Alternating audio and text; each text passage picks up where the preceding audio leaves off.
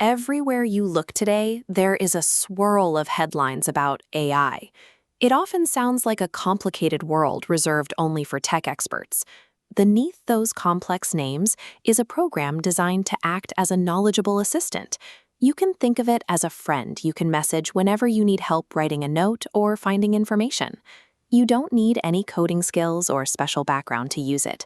If you can type a question into a search bar, you already have the basic skills needed to start. This image displays our logo for Virtualization Options LLC. We are a Colorado-based technology research and education group, and we are here to help you get comfortable with these new tools. Over the next 10 short videos, we will walk you through a plan to meet, talk to, and safely manage your new digital helper. We will begin with Chapter 1, which explains what generative AI is. You will see how it can answer questions and have a conversation in plain, friendly language.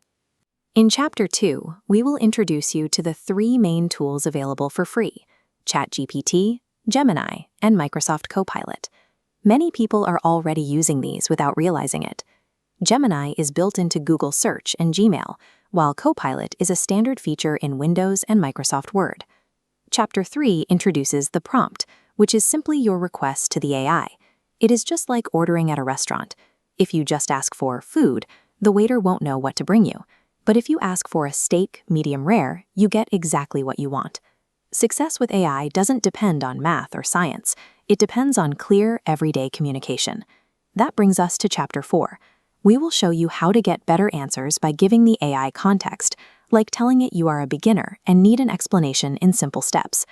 Chapter 5 explains how to ask for specific formats. For example, you can tell the AI to give you a numbered list to make the information easier to read. In Chapter 6, you'll see that this is a two-way conversation. If an answer isn't quite right, you can ask the AI to try again or explain it more simply. Chapter 7 covers practical, everyday uses.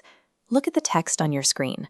A clear prompt like, "Give me 3 easy dinner recipes for one person that take less than 30 minutes," gives the AI the exact details it needs. Unlike a human assistant, the AI has infinite patience, so you can take your time and ask as many follow-up questions as you need.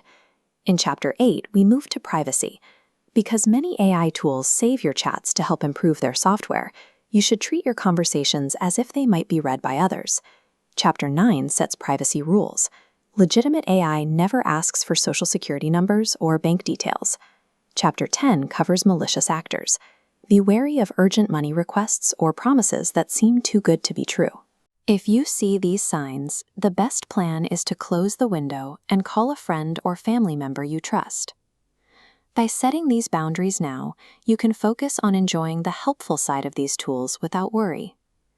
You have now seen the full landscape of this new technology without getting lost in the technical jargon. You have a clear understanding that these programs are helpful tools that respond best to clear instructions. By completing this overview, you now know the names of the major tools, how they work, and how to keep your personal information private.